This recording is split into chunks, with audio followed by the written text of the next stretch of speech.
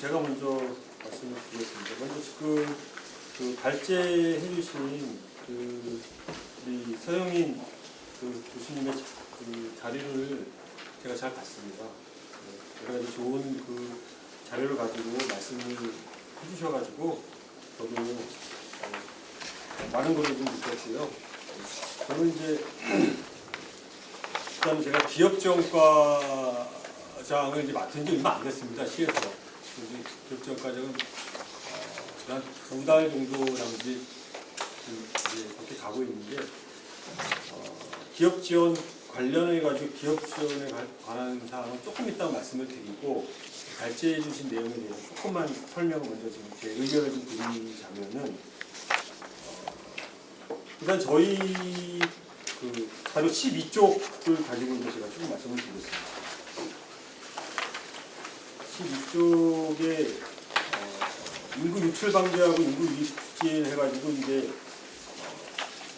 일자리 창출이 굉장히 이제 필요합니다. 화두고요. 이거는 누구나 다 공감하는 부분입니다.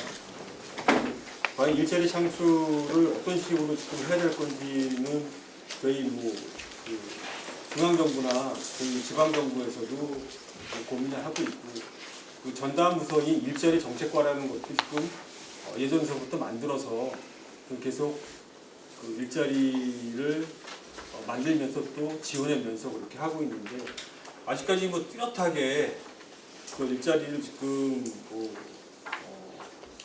성공적인 단계로 지금 말씀드리기에는 좀 어려울 것 같고, 일자리가 여러 가지 측면으로 지금 기업과 아니면 기업 말고의 어떤 생산 과정에서의 연동되는 거기 때문에 그런 기업인들과의 그런 여러 가지 이해관계 등을 고려한다라고 하면은 쉽게 그 되지는 않을 것 같고, 또 정부와의 그 정책과도 있기 때문에 사실상 중요하지만은 아직도 좀 갈 길이 멀은 것 같습니다. 그리고 저희가 부천의 태생이 제조업 태생이거든요. 옛날서부터 60년대, 70년대가 지금 오정구 쪽에 아니면 송내동 또 춘희 도당동 쪽에 그 소공 그런 상태에서 이제 발전을 해 와서 지금까지 해오고 있습니다. 이제 그러한 그 기업체가 저희가 한 13,000여 개가 있는데, 경기도로 봤을 때 따지고 보면은 저희가 적은 사이즈는 아닙니다. 경기도에서 한 4번째 정도 됐더라고요. 그러니까 그런데 저희가 워낙 영세한 그 기업체다 보니까 참으로 어렵습니다. 그래서 저희가 앞으로의 그 전략은 이 소규모 기업체를 지원하는 것뿐만이 아니라 좀 이런 제조업을 좀 벗어나서 여기서 말씀드린 바이오, IT, 반도체 등등 쪽으로 가려고 하는데, 여기도 아직도 갈 길은 멀고 있지만은 열심히 지금 시에서는 준비를 하고 있고요. 그리고 문화도시 관련해 가지고 저희가 거의 한 20년 가까이를 저희 시에서 했습니다. 이 문화도시는 저희가 사실상 터전이 텃밭이 별로 없었습니다. 네, 그런데 거의 20년 가까이 해가지고 그 영화제에서부터 해서 만화, 또 애니메이션, 또 음악, 또 뭐 복사권 예술제는 굉장히 오래됐고요. 그래가지고 그런 거를 인프라를 가지고 해서 사실상 문화 측면에서는 저희 시가 경기도에서는 타 지자체에 비해 굉장히 선도를 달리고 있다라고 말씀을 드릴 수 있지만, 영화를 하나의 그 예를 들어서 이제 보게 되면, 그 영화는 저희가 사실상 그 부천 영화제가 일반 그 대중 영화 컨셉이 아니거든요. 그래서 대중적으로 많이 인기는 얻지는 못합니다.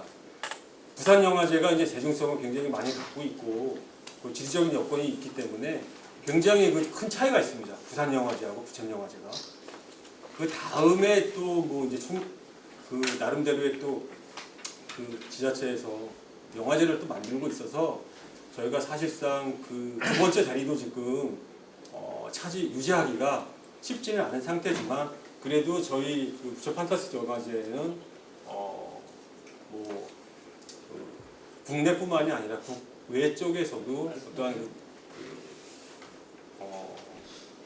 남들이 하지 못하는 그런 컨셉을 가지고 그런 영화를 하고 있다는 걸 좀 알아주셨으면 좋겠고, 저희 시에서는 정말 복지 다음에 문화 쪽에 예산이 많이 지금 투입이 되고 있는 실정입니다. 그리고 세 번째, 그 쇼핑센터 뭐 이런 거 말씀하셨는데요. 저희가 사실상 저희 시에서는 예전에 2000년대 전후로 해서 대형 쇼핑몰들이 좀 있었습니다. 저희도 타 지자체와 선두를 달리고 있는, 말씀을 드려도 될지 모르겠지만 소풍구 옆에도 있었고 송내역 앞에도 있었고 지금 여기 상동역 그 옆에도 지금 아직까지 지금 남아 있고 그런 그 쇼핑센터가 있었는데, 사실상 고양시 쪽에서 이제 신색 그런 아주 대형 아울렛 매장들이 파주 쪽으로 이제 생겨나면서 구로, 시흥 등등의 굉장히 큰 아울렛들이 만들어졌습니다. 그래서 그런 걸로 인해서 저희가 기존에 있던 그 유통몰이, 쇼핑몰들이 점차적으로 스태기에 접어들었지 않았을까라는 저 개인적인 생각을 좀 해보고요. 그런 것도 영향을 미치지 않았을까. 저희 이 쇼핑센터가 활성화되지 못했다는 거. 그렇지만은 지금 여기 보면 H백화점 같은 경우에는 사실상 인천보다도 더 훨씬 더 좋은 그 백화점의 역량을 지금 가지고 있고, 인천은 없습니다. 여기만은 데가 사실상. 그래서 그런 점을 좀 말씀을 드리고 싶고요. 그리고 이제 외국인 관련해서는 저도 동감입니다. 저도 지금 기업지원과정 와가지고 지난 7월달에 기업체와 이제 현장에서 방문을 해서 말씀을 좀 들어봤더니 인력 확보가 안 됩니다. 노동력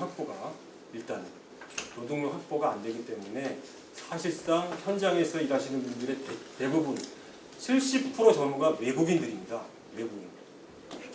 근데 외국인들인데 사실상 비자관계가 있어가지고 기업체 사장님들이 사실상 많은 애로점을 갖고 있고, 이게 중앙정부 쪽하고 제가 아직까지는 건의드린 사항은 없지만 제가 듣기로는 아마 외국인 쪽으로 많은 이제 정책이 법무부에서 펼쳐질 거라고 지금 이제 듣긴 했는데, 저희 시에서도 저희 기업 파트 쪽에서도 외국인 관련해서 좀 어떻게 하면은 좀 안정적으로 지원할 수 있는 노동력을 확보해 줄 수 있을지 외국인 지원 대책을 조금이라도 한번 지금 제가 고민을 해서 내년도서부터 아주 작은 부분이라도 한번 만들어 보려고 노력을 할 예정입니다. 그 정도로 해서 지금 발제하신 그 내용에 대해서 제 의견을 좀 잠깐 말씀을 드렸고요. 제 자료를 가지고 잠깐만 말씀을 드리겠습니다. 저는 그냥 자료를 가지고 좀 말씀을 드릴게요. 저희 부천시는 사실상 아까도 말씀을 드렸다시피 소규모의 제조업 분야에서 이제 시작을 해가지고 굉장히 많은 3정동, 4동, 5정동의 금형, 사출 등 많은 제조업들이 있었지만은 거기에서도 굵직한 유수의 대형 기업체도 있었습니다. 삼성 반도체를 필두로 해서 아남전자, 한국화장품, 또 서원캅세, 또 최근에 간 신한일 전기, 또 그리고 경원세기, 정말 굉장히 큰 기업체들이 90년대까지 있었는데도 불구하고 왜 떠났는지, 그거는 여러 가지 요인이 있습니다. 일단은 기업하기 좋은 환경이 우리 부천시에서 펼쳐지지 않았기 때문에, 그거는 이제 부지 확보겠죠. 부지 확보. 부지를 넓혀줘야 되는데, 저희가 그린벨트 지역이 많았고, 또 제도권에서 수도권 정비법 이런 거 등등 해가지고 이게 많은 제약과 규제가 있어서 일단 기업체분들은 영리를 추구를 하셔야 되기 때문에 일단은 여기서 계속 털을 잡고 할 수 없었을 겁니다. 그래서 보니까는 자꾸 이제 그 법 규제가 좀 약하고 그리고 부지 확보하기가 용이한 수원, 용인, 화성, 또 김포, 인천 그쪽으로 점차적으로 이전하는 시기가 90년대에서부터 시작이 됐습니다.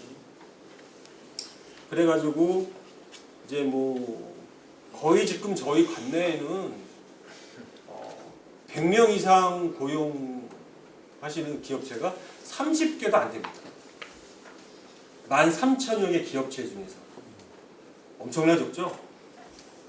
엄청나게 적은 겁니다. 저희 지금 그만큼 많이 지금 가셨습니다. 네.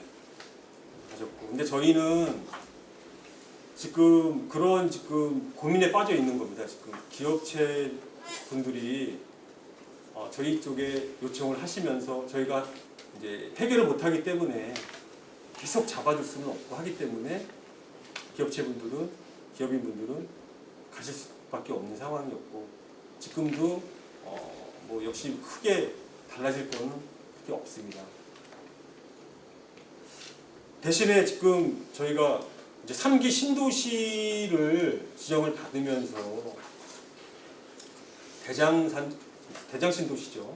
대장 신도시를 이제 지정을 받으면서 사실상 그 전에도 뭐 대장동 일대에 대해서 여기를 뭐 공업을 재배치한다, 뭐 이전을 한다 이런 여러 가지 얘기가 좀 많이 나왔긴 했었지만은 그건 이제 내부적으로 뭐 외부적으로 어떤 조금씩 얘기가 나왔을 뿐이지만 3기 신도시가 결정이 되면서 대장동 서측과 동측에 산단이 조성이 됩니다.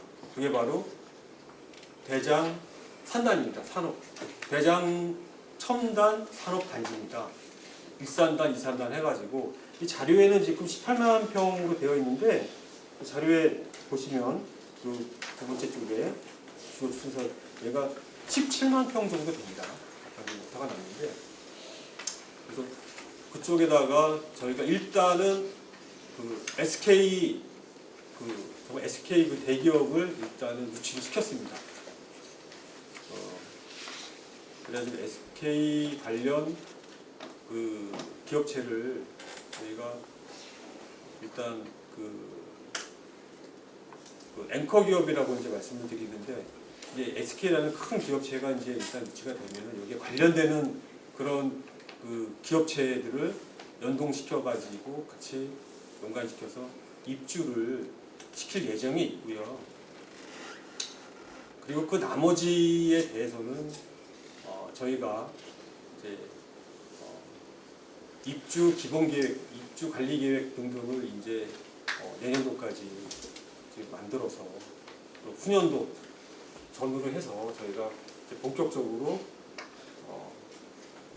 마지막 기회의 땅인 저희 부천의 미래의 땅입니다. 그러니까 첨단 단지로 조성을 할 계획이 있습니다. 그래서 2015년도 빠르면 14년도 어쨌든 이제 아직까지 확실하게 정해진 건 없지만 그렇게 해서 아까 말씀하셨던 서울의 마곡 그 LG가 지금 많이 그 기업체들이 많이 들어와 있습니다. 그래서 저희는 SK 쪽에 어떠한 그 첨단 산업과 저희 관내 또 관외 유수한 우량 기업체를 입주를 시켜서 그런 입주된 상태가 되면은 이게 일자리가 이제 또 같이 연동이 될 수가 있거든요. 일자리가 연동이 됩니다. 분명히. 그리고 중요한 세수가 확보가 됩니다. 이 큰 기업체가 많을수록 이게 이제 받는 제가 잠깐 했는데 거기 세금 이름이 지방소득세, 뭐 지방 이런 게 좀 있는데요. 그런 이제 큰 기업체가 있음으로써 해가지고 저희 세수에 큰 도움이 되고 그거를 부천시 재정에 믹서를 시키게 되면은 저희가 지방 가립도가 그나마 30%에서 상승 효과를 만들어낼 수 있을 것 같습니다. 그래서 이제 저희가 어쨌든 큰 기업체, 운영 기업체, 또 첨단 기업체 그거를 지금 많이 어떻게 하면 유치를 할 수 있는지를 차근차근 준비를 하고 있고요. 거기 말고도 이제 역곡지구가 개발이 되면서 거기에도 이제 산단 부지가 하나 있습니다. 거기도 이제 같이 같은 컨셉으로 지금 이제 지금 기업체를 유치를 시키려고 이렇게 하고 있고요. 저희 부천시는 사실상 기업체가 경기도 31개 시군에서 상위 클래스에 들어갑니다. 기업체가 엄청 많습니다. 네. 엄청 많은데도 불구하고 제가 아까 자료를 이제 급하게 오느라고 이제 오면서 봤는데 2천 같은 경우에가 저희보다 훨씬 적어요. 기업체가 5천밖에 안 됩니다. 5천밖에 안 되는데도 기업체 매출을 보니까는 저희의 뭐 10배 이상을 하는 거예요. 2천 같은 게. 2천에 하이닉스가 있죠. 하이닉스.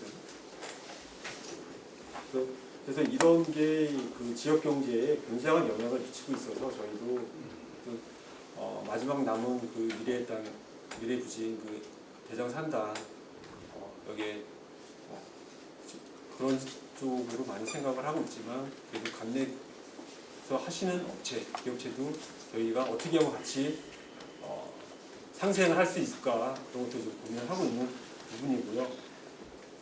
저희가 뭐 자료에 보면은 뭐 8개군에 70억의 사업이 기업 지원 시책으로 나와 있지만 굉장히 많은 사업을 하고 있습니다. 진짜 저희가 계속 홍보를 하고 있지만 그 기업인들께서도 잘 모르시고 저희 홍보를 해드려도 홍보의 한계성도 있고 해서 여러 가지가 있는데 어쨌든 저희가 기존에 그 5대 그 특화 산업이라고 이제 말씀드리는 뭐 로봇, 금형, 또 세라믹, 뭐 패키지 등등 이것도 이렇게 하고 있는 이렇게 먼저 선두를 달리고 있는 지자체가 거의 없습니다. 하지만 이것도 저희가 다시 한번 이제 15년, 20년이 됐기 때문에 이것도 다시 한번 이참에서 다시 한번 업그레이드를 시켜야 될 부분이 있고 새로운 그 바이오 산업이나 뷰티 산업이나 뭐 여러 가지 지금 그 헬스 산업이나 이런 것도 지금 같이 산업과 접목시켜가지고 이제 기업체를 만들게 되면은 정말 이것도 우리 부천 시민에게 다시 되돌아갈 수 있는 그런 아마 효과를 아마 누릴 수가 있을 것 같습니다.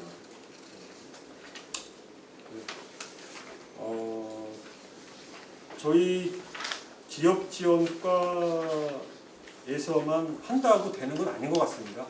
이게 그 경제 파트, 문화 파트 또 우리 기업인들과의 어떤 계속적인 그 소통과 그 어떤 규제 이런 거를 같이 좀 만나서 듣고 또 우리 시 정부에서 해결할 수 있는 규제가 사실상 적습니다.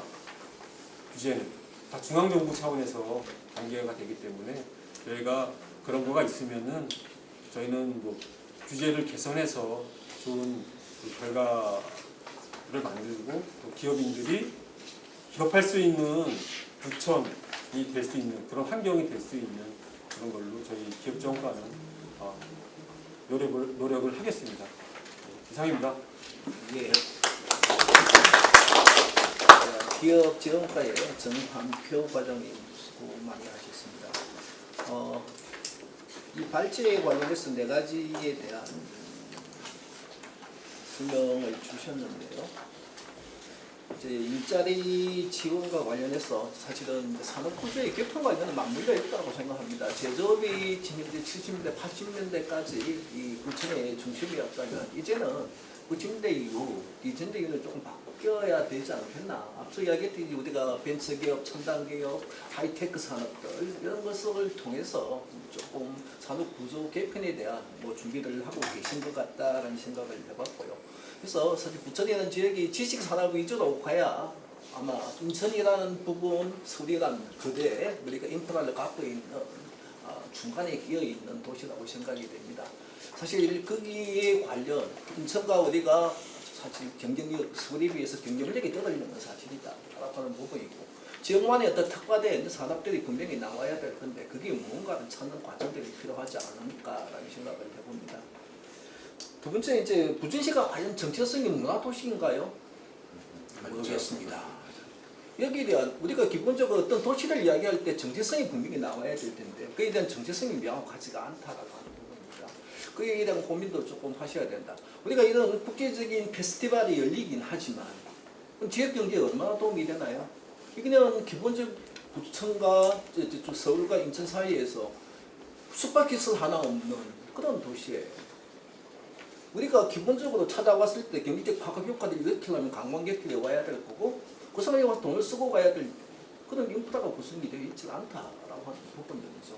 그에 대한 고민이 약간 쇼핑센터와 같이 맞물려 있는 부분일 수가 있다. 그래서 우리가 성인 교수님께서도 그런 이야기를 했지만 기본적으로 우리가 인천공항과 서울 지금 현재 공항에 있단 말이죠. 그 중간에서 사실은 이게 관광객들이 마지막 쇼핑을 하고 갈 수 있는 중간 지점에 부천이 위치를 하고 있다. 그런 점에서 상당히 쇼핑이라고 하는 부분이 메리트로 작용을 할 수가 있다는 부분이죠. 부천은 또 보면 핫플레이스가 없습니다. 솔직하게. 그런 것들을 우리가 조금 고민을 하면서 개발을 해나가야 되지 않겠나 그런 생각을 한번 해봤습니다. 뿌리 산업과 관련해서 외국인의 유입이 분명히 있어야 될 거다. 저는 개인적으로 생각을 합니다. 그래서 뿌리 산업에 관련해서는 적어도 우리 내국인들이 요구하는 것은 사실은 젊은이들, 특히 우리가 부천에 젊은이들이 많이 떠나가고 있는데 양질의 일자리가 없기 때문에 그렇다. 저는 이렇게 생각을 해봅니다. 그래서 중요한 것은 앞서 이야기했듯이 첨단이나 하이테크 형태의 어떤 산업으로 개편이 되지 않는다면 젊은이들은 계속 떠나갈 거다. 물론 추가적으로 교육의 문제, 환경의 문제, 다양한 안전에 대한 문제, 다양한 것이 얽혀 있다고 생각이 돼요. 하지만 일단은 양질의 일자리가 부천에서 생성이 되어져야 된다라고 하는 그런 생각을 한번 해봤습니다. 그럼 이어가도록 하겠습니다. 시민참여센터의 김병신 대표님. 네, 인사드리겠습니다. 시민참여센터의 김병신입니다. 저는 이제 어떤 이력을 가지고 있냐면 여기 박경호 팀장님 계신데 마을 활동가로 오랫동안 부천에서 일을 했습니다. 일을 하고 타 지자체에 가서 주민자치하고 마을공동체, 사회적 경제 이런 쪽으로 일을 하면서 임기제 공무원 생활을 좀 하다가 이제 기간을 다 마치고 다시 이제 부천으로 돌아왔습니다. 중동역 근처에 유설 아파트에 살고 있는데 저는 지금 다들 그 하드웨어적인 관점, 인프라적인 관점에서들 얘기들 해주고 계신데 제가 너무 또 격가지를 펼치게 될까봐 제가 가져온 이 세 꼭지 얘기를 빨리 축약해서 말씀드리는 걸로 제 시간을 정돈하고요. 이따가 하실 말씀이 있으실 시민들이 계시기 때문에 그분들이 또 이야기할 때 함께 나누는 걸로 하겠습니다.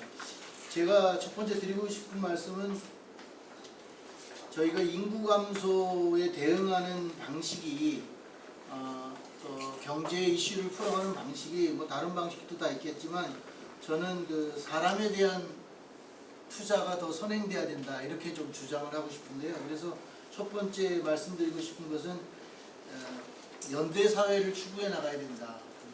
연대 사회를 추구해 나간다 이런 얘기를 좀 드리고 싶고 얼마 전에 부산 시민이 한 100여 명 모여가지고 부산 시민 미래 토론회가 있었는데 거기서 부산 시민들이 어떻게 부산시를 진단했냐면 부산시를 이대로 그냥 놔두고 10년 이상을 가면 붕괴사회가 올 거다 이렇게 진단을 했어요.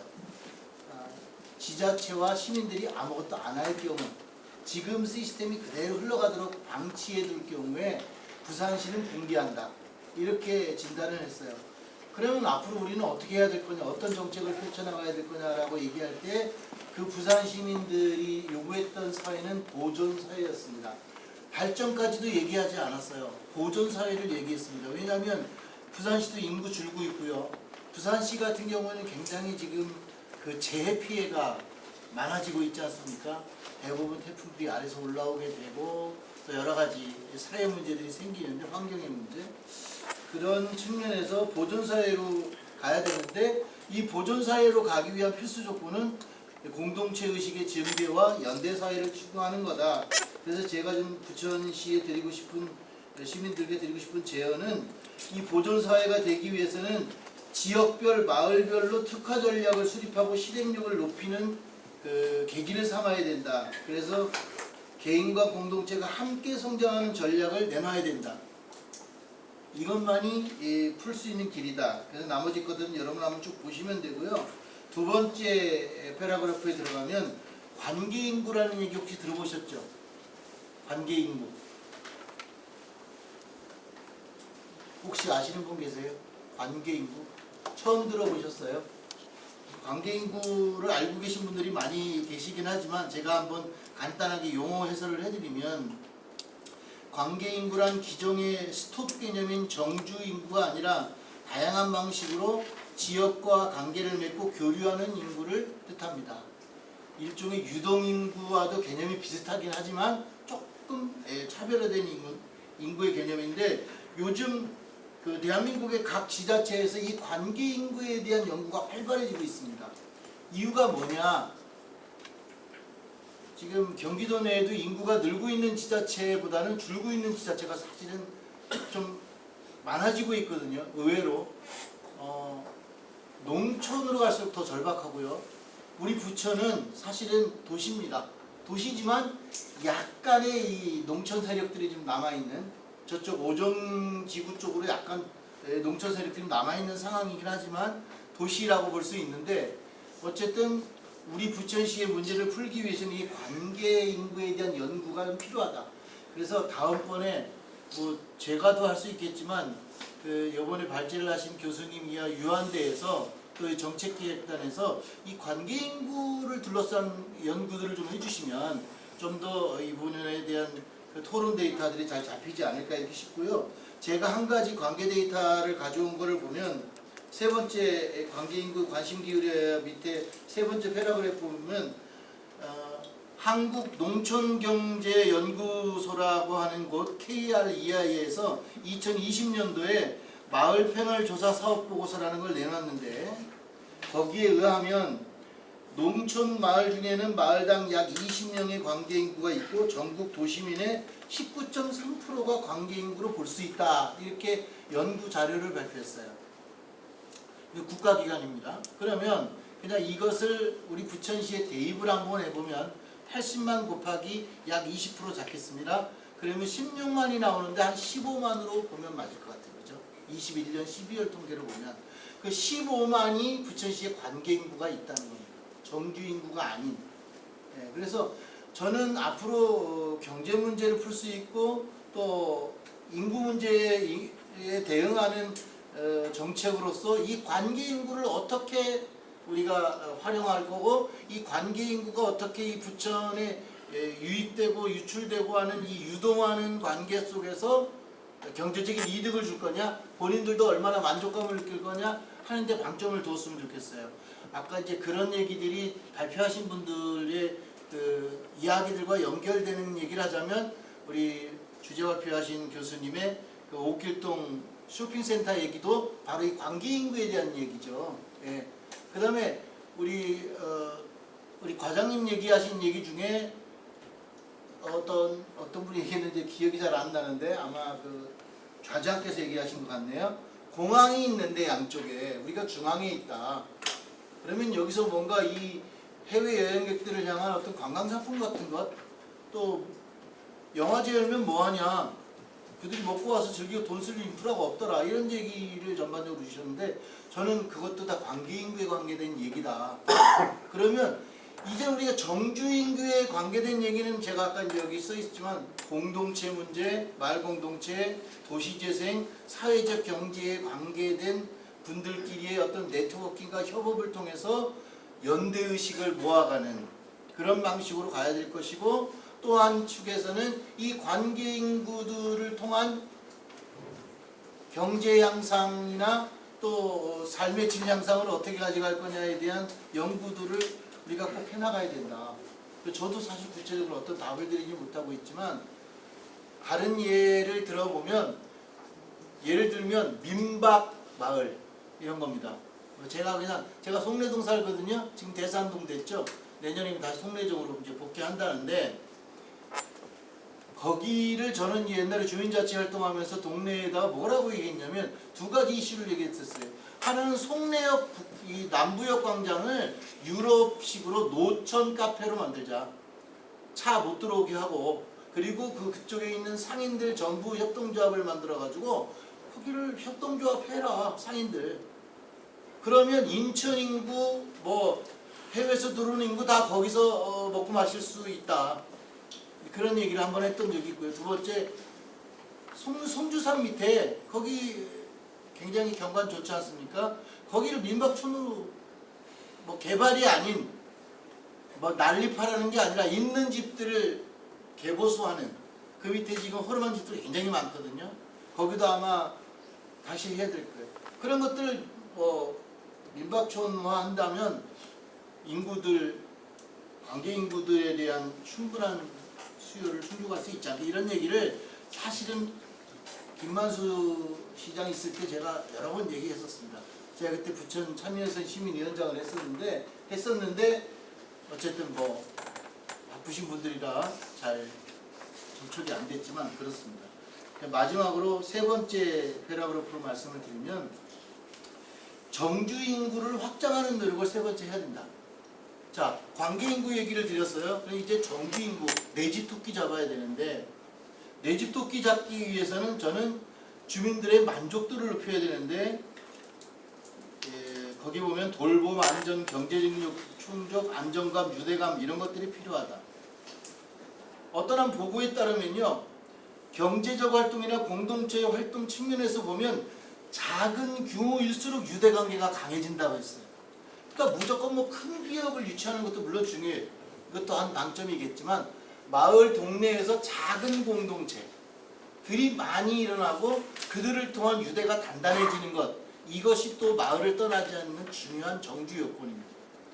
문화도시 부천으로서의 긍지를 가졌기 때문에 부천을 안 떠나는 게 아니라, 저는 동네에 친한 언니, 동네에 친한 오빠, 정말 내가 아이를 기르는 데 있어서 내가 어디 가고 싶은데 우리 아이를 맡길 수 있는 이웃 한 명 정도는 있는 그런 지역이어야 그 동네 살고 싶지 않겠어요? 애 기르는 엄마들 끄떡끄떡 할 텐데, 제 딸이 이제 아이를 낳아 길러보니까 제가 그 마음을 정말 이해하겠더라고요. 그래서 그런 여건을 조성해 가는 것이 필요하다, 이런 말씀을 좀 드리고요.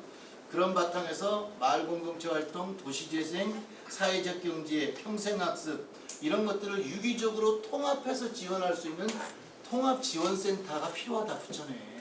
지금 타 지역에는 활발하게 이런 부분들이 준비되고 있어요. 행정 이런 영역들이 지금 뭉쳐서 칸막이 행정을 다 없애고 한 자리에 모여서 주민들이 원하는 이런 것들을 활발하게 해가고 있는데, 부천시는 잘 안 되고 있어요. 그래서 이런 노력들이 좀 있었으면 어떨까 하고 제가 한번 제안 드려봅니다. 이상입니다. 네.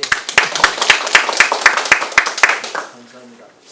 새로운 접근법이죠. 사실 저희들이 경제 이야기를 하고 있는데, 사회학적 관점에서 사실은 이 문제를 인구 감소, 소멸 이 부분에 접근을 하고 있다는 게 저는 새롭게 느껴졌습니다.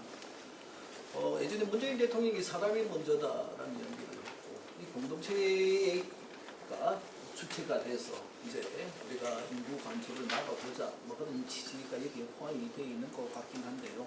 이 연대사회, 관계인구, 저는 굉장히 신선한 대안으로 느꼈습니다. 단지 조금은 이런 소문화가 활성이 되면 다수가 또 소외가 될 수 있다고 하는 그런 문제점도 나올 수가 있다. 부천 같은 경우에 어찌 보면 토착 세력, 원주민들이 존재를 하고 있고, 그 다음에 기본적으로 이 소문화가 이렇게 많이 형성되면 이 소문에 들지 않는 사람들은 좀 소외가 될 수 있다는 부분들도 고려해서 우리가 전격들이 조금 뒷받침이 됐으면 좋겠다 그런 생각을 해봅니다. 그래서 저는 개인적으로 참 이게 부천이 결국은 살기 좋은 도시로 성장해 나가자라는 의미에서 이런 자리들이 마련된 걸로 생각을 하고 있는데요. 좋은 아이디어를 좀 주신 것 같다 그런 생각을 해봅니다. 그다음에 마지막 우리가 토론으로 가서 우리 한국기업인증원의 박형준 원장님 네, 안녕하십니까. 저는 부천에서 하나밖에 없는 인증기관을 운영을 하고 있는 한국기업인증원의 원장 박형준입니다. 우선은 이 인구와 관련된 얘기에 대한 주제를 갖고 제가 이제 평생을 부천에서 나고 자라면서 부천에서 이제 사업도 하고 이제 기업들을 지원을 하고 있는 일들을 하고 있는데 하다 보니까 이제 인구에 대한 주제를 줄여서 그동안에 고민을 해왔던 것들을 정리를 한번 해봤습니다. 사실은 어렸을 때부터 이제 부천에 일기 신도시가 생기기 전에 이제 논밭일 때부터 이제 자랐기 부천에서 있었는데 이제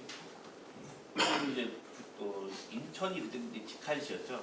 뭐 이제 어린 마음에 이제 부천도 직할시가 될 수 있겠다라는 생각을 가지고 기뻐했었던 기억이 나는데 어느 순간 보니까 이제 부천이 인구가 총량적으로 증가를 하는 것이 좀 한계점이 보이는 것 같았습니다. 그러니까 이제 당연히 90만이 넘을 줄 알았는데 계속 못 넘고 지금 이제 87만을 정점으로 해서 그 이후부터 계속 줄어서 지금 이제 80만이라는 게 깨졌는데 그걸 보면서 조금 안타까운 부분이 있죠. 부천이 제가 자란 도시라서 가지는 자부심이 있는 것도 있지만 그보다는 정말 제가 부천에 살면서 정말 살기 좋은 도시라는 생각을 하고 계속 살아왔습니다. 다른 도시들도 많이 봤지만요. 그래서 이제 뭐 아까 이제 주제를 한 3가지 정도 인구 유출 방지에 대한 내용 첫 번째, 두 번째는 재정 자립도를 높이는 부분, 그리고 세 번째 이제 궁극적인 문제점들에 대해서 이제 계속 논의를 주셨는데 앞에 이제 발제자분들 그리고 이 토론자분들이 이제 말씀을 해주신 부분들 들으면서 정말 하고 싶은 얘기들이 중간에 되게 많이 있어서 메모도 많이 했는데 사실 그 얘기를 다 제가 드리기에는 시간적인 여유가 많이 없는 것 같습니다. 그래서 좀 정리를 해서 드리면은 인구가 유출이 되는 거에 대해서 방지하는 것이 사실은 이제 우리나라가 저출산율 때문에 인구가 전체적으로 총량적으로 줄고 있는 거에 대해서는 사실 어쩔 수 없는 부분이기 때문에 그 부분은 논의를 하고 그러면은 부천을 구성하고 있는 인구들 그리고 여기에 인구를 더 유입할 수 있는 부분들에 대한 부분을 우리가 논의하기 위해서 이 자리가 만들어졌는데 저는 결론부터 말씀을 드리면은 앞에서 말씀을 하셨던 이제 대장 신도시, 3기 신도시라고 하는 곳이 이제 어떻게 이곳을 발전시키고 활성화시키느냐가 어떻게 보면 부천시가 가지는 인구에 대한 어떤 변곡점이 될 거라는 생각입니다. 그래서 이제 저는 이제 기업들을 하고 연관되어 있는 일들을 하다 보니까 기업과 연관되어 있는 내용들 중심으로 안내를 좀 말씀을 좀 드릴 건데요. 제가 정리한 내용들을 보면은 첫 번째 직주 근접 환경 조성을 위한 인구 유출 방지, 인구 유입 촉진 이거는 이제 같은 내용이어서 제가 밑에 내용들을 좀 정리를 했는데 부천이 이제 땅덩어리 자체가 사실 좁다 보니까 성장하는 데는 한계가 있습니다. 뭐 이제 인천 같은 경우에는 보니까 제가 이제 오늘 아침에 이제 인천시청을 좀 다녀왔는데 거기서 보니까 이제 인천은 10개가 넘는 산업단지가 있더라고요. 정말 나름대로 좀 부러운 부분들이 있었는데 부천은 저희 사실 그런 내세울 만한 산업단지가 크게 있는 곳들이 별로 없어서 어떻게 보면 그것들을 보면서 부천에 제가 어떻게든 미력 하나마 힘이 될 수 있다라면 열심히 좀 도와야겠다라는 생각을 좀 갖게 됐고요. 보면은 이제 부천 같은 경우에는 제조업 중심이었죠. 그런데 이제 어떻게 보면은 부천에서 어느 정도 기업을 키워서 다 어느 정도 이상 되면은 다른 쪽으로 많이 나가는 거 보면서 부천이 그러니까 어떻게 보면 대기업이 없는 이유도 좀 어떻게 보면 그쪽의 연장선이 아닐까라는 생각도 좀 했습니다. 최근에 이제 SK가 들어오게 되면서 이제 아까 말씀드렸던 것처럼 이 SK와 성기 신도시를 어떻게 발전시키느냐가 이제 어쩌면 이제 전국적인 될 수 있다라고 말씀드렸는데 부천 인구가 늘어나는 것들은 어떠한 이제 자연스러운 환경이 좀 조성이 되어야 됩니다.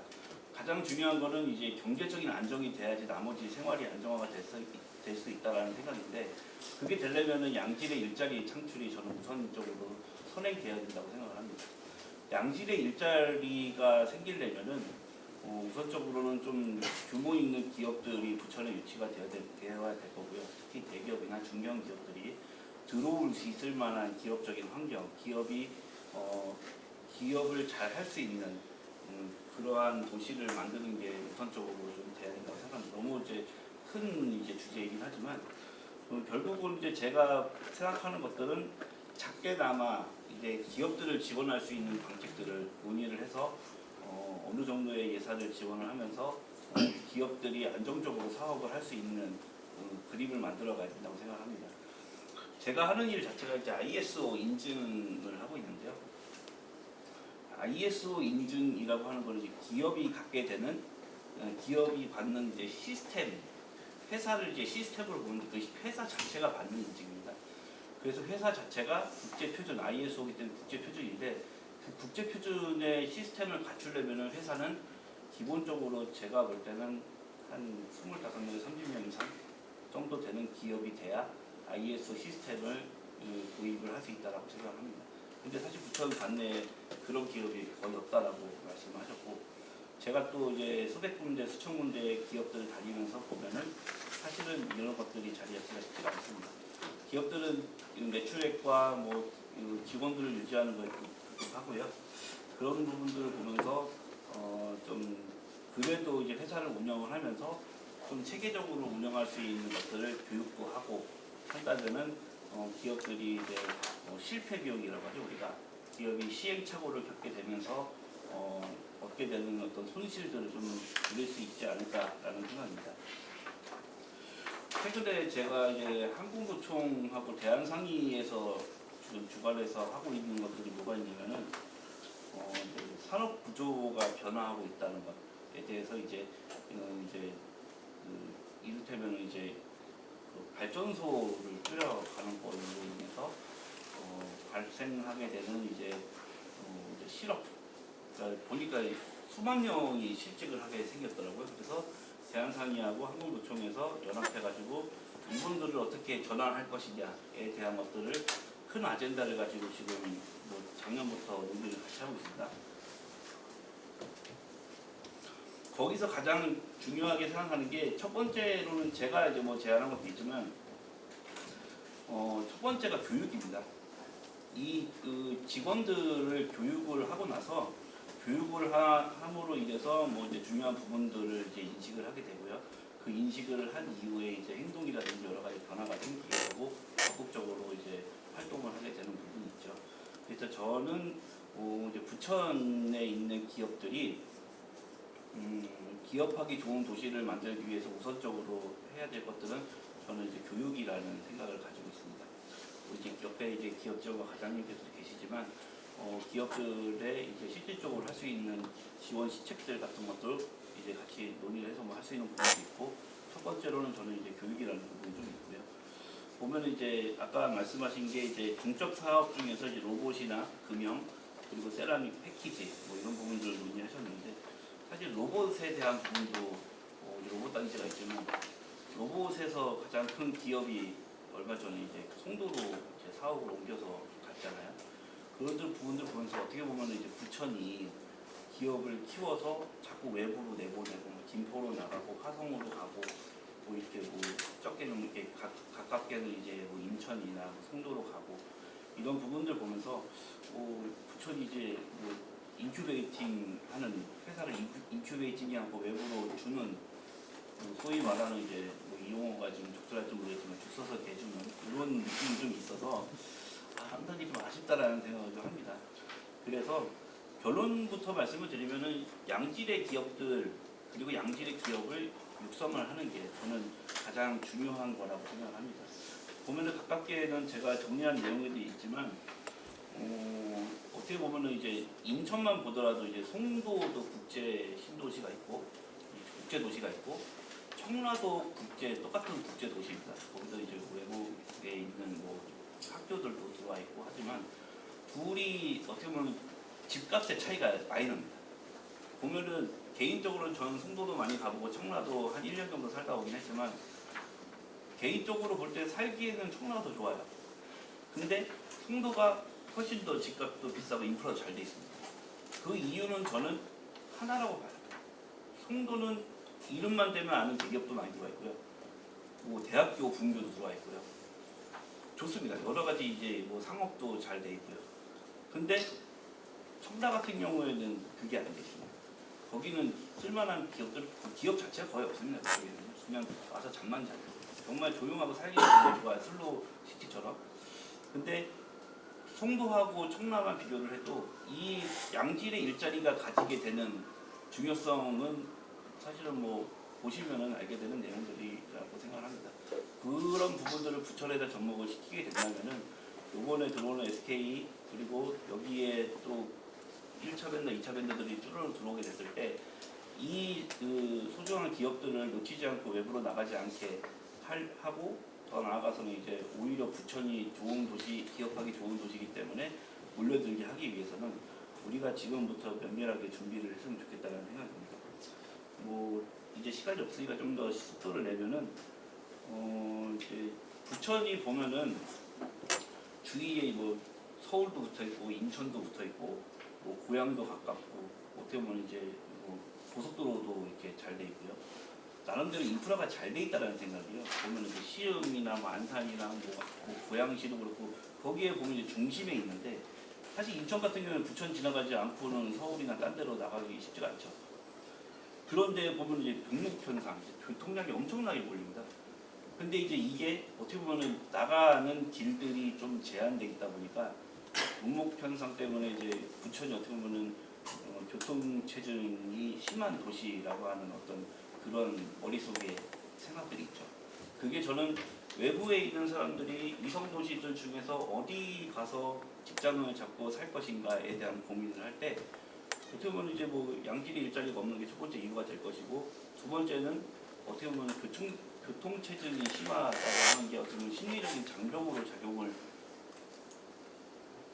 한다라는 생각을 좀 가지고 있습니다. 그래서 나름대로 제 개인적인 생각은 이제 외부와 이제 이 부천은 이제 왔다 갔다 할 수 있는 도로들이 다양한 채널들이 좀 생겼으면 좋겠다라는 생각이고 제 개인적인 생각은 이게 얼마 전에 부천에서도 논의가 됐었던 내용이라고 제가 얘기를 드렸는데 성주산 밑에 터널을 뚫어서 저쪽에 남동 그 인천 그리고 시흥 이쪽이랑 연결될 수 있는 도로를 뚫는다고 한다면은 교통량이 상당히 많이 분산될 수 있지 않을까라는 생각이 좀 해봤는데 이 부분에 대해서는 그냥 제 개인적인 어떤 생각이기 때문에 한번 봐주시면 좋을 것 같고요.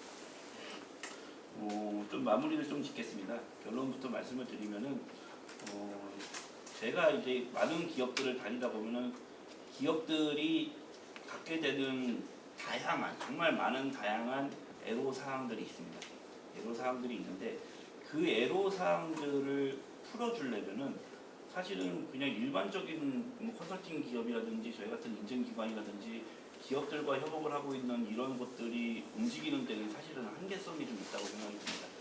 그래서 결국은 정책적인 부분, 관 쪽에서 어느 정도 서포트를 하고 이거를 정책적인 부분으로 진행을 해서 기업들을 실질적으로 도와주는 그러니까 포퓰리즘이 아닌 실질적으로 도와줄 수 있는 방법들을 찾아서 한다고 한다면은 기업들이 뭐 창업을 하고 나서 3년 이내에 70% 정도가 폐업을 합니다. 이 3년을 데스밸리라고 얘기를 하는데 이 3년이 넘어가면서부터 이제 기업이 조금씩 성장해 가는 부분입니다. 근데 이 기업들이 도산하고 폐업하는 이런 기업들도 제가 많이 만나보고 제가 만났던 것 중에는 이제 뭐 폐업한 데도 있고 성장한 데도 있고 상장한 데도 있지만 보면은 옆에서 도와주는 사람 누군가를 잘 만나는 것만으로도 실패의 확률을 정말 많이 줄일 수 있는 부분이 있습니다.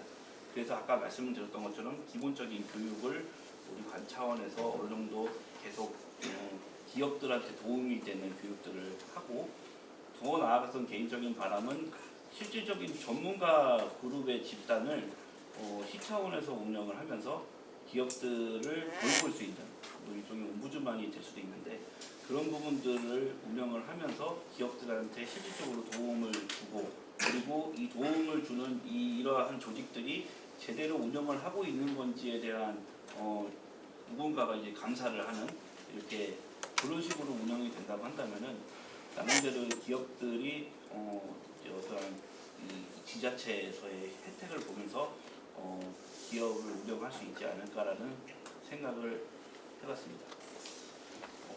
이 정도로 마무리 좀 짓겠습니다.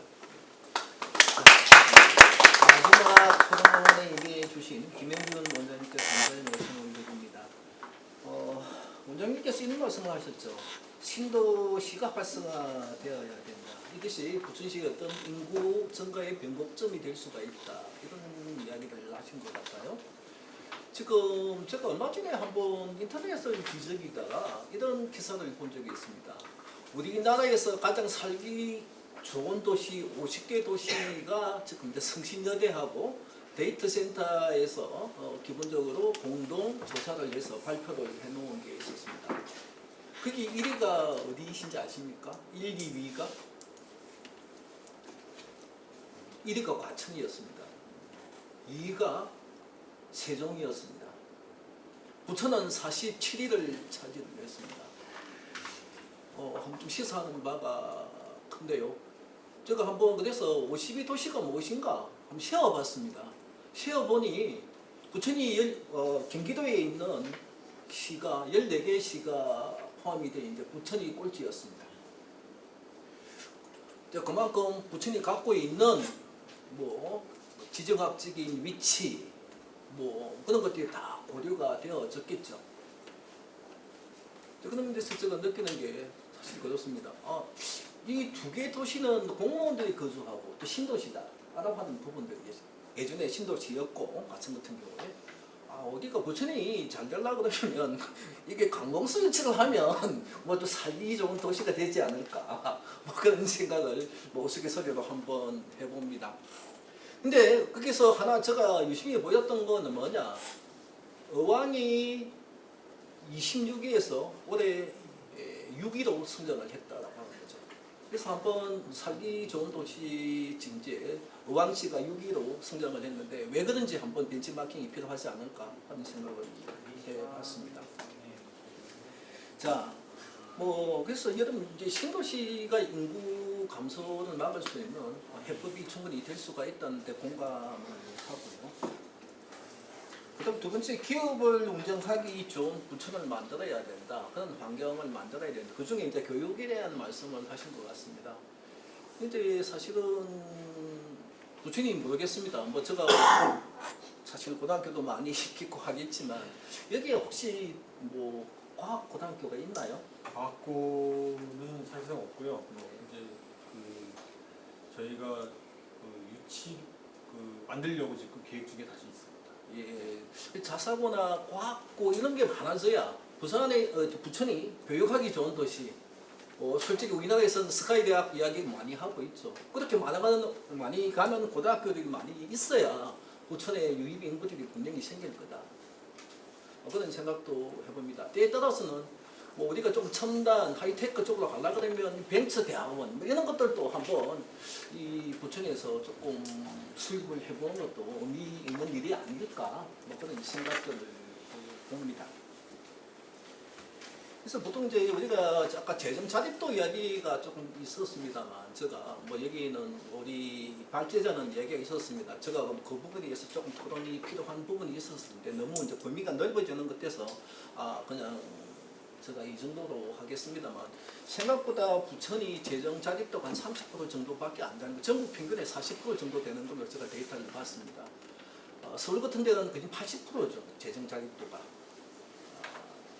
이제 화성 같은 경우가 62%인가 그렇나요? 뭐 하여튼 여하튼 그런 형태로 지금 재정 자립도가 높은데 사실 우리가 여기서 또 나올 수 있는 부분들이 이제 복지 문제가 나올 수도 있다. 부천이 생각보다는 복지 예산이 많다. 다른 지역에 비해서. 부천이 한 30% 정도인데 실질적으로 뭡니까? 기본적으로 타 지역은 한 21, 평균이 전국 평균 한 21% 정도 된다라고 하는 부분이죠. 이런 부분에 대한 고민들이 조금 필요하지 않을까 하는 생각도 해봅니다. 복지를 많이 주는 것은 상관은 없죠.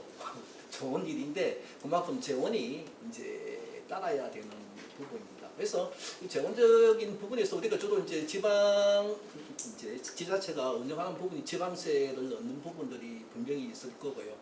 국가에서 국고 이제 우리가 국세에서 나오는 교부금들이 있죠. 그게 이제 산업에 따라서 교부금이 달라진다라고 하는 부분들입니다. 제조업은 한 15% 정도가 된다면 서비스업은 22% 교부금을 받습니다. 이런 것들도 우리가 산업 구조 변화시키는 데에서 역할들이 있어야 되지 않나 뭐 그런 생각을 합니다. 그다음에 기본적으로 세외 수입들이 존재를 할 텐데 우리가 공공기관 임대부터 시작해서 하수도세 뭐 등등 여러 가지 이제 공공시설을 빌려주고 받는 그다음에 주차장료, 뭐 입장료 이런 것들은 우리가 좀 현실화시킬 필요가 있지 않느냐.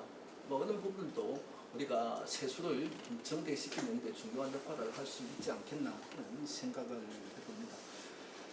그리고 이제 과연 우리가 이 부천이 교통의 요충지냐, 편리하냐? 어떤 사람은 굉장히 부천이 교통이 불편하다고 이야기를 하고 있고, 어떤 사람들은 교통이 굉장히 편리한 지역이다라고 이야기하기도 한다는 거죠.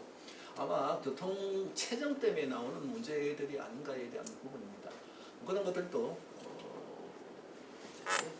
문제를 갖다가 뭐 바라보는 관점에 따라 좀 다르겠습니다만 아무튼 우리가 고민을 해봐야 될 부분이 아닌가. 궁극적으로 이제 제가 마지막으로 결론을 좀 내리고 싶은 것은 그렇습니다. 살기 좋은 도시가 되기 위해서는 또 양질의 일자리가 있어야 되지 않겠나 라고 하는 부분이고요. 앞서 이야기했던 교육의 문제, 안전의 문제, 사실 부천이 그렇게 안전한 도시로 이렇게 각인되어 있지는 않은 것 같습니다. 생각보다 사건 사고가 많이 일어나는 지역이 우리가 부천이라고 하는 부분이죠. 그리고 기본적으로 부천은 기본적으로 우리 과천이나 세종 이런 도시들과는 달리 에코프렌들리가 될 수 없는 주거 환경 자체가 그렇게 좋지 않은 상황이다. 솔직하게 인구 밀도가 높으니까요. 이런 부분에 대한 개선들 우리가 과연 인구가 계속 늘어나는 것이 뭐 다 좋으냐?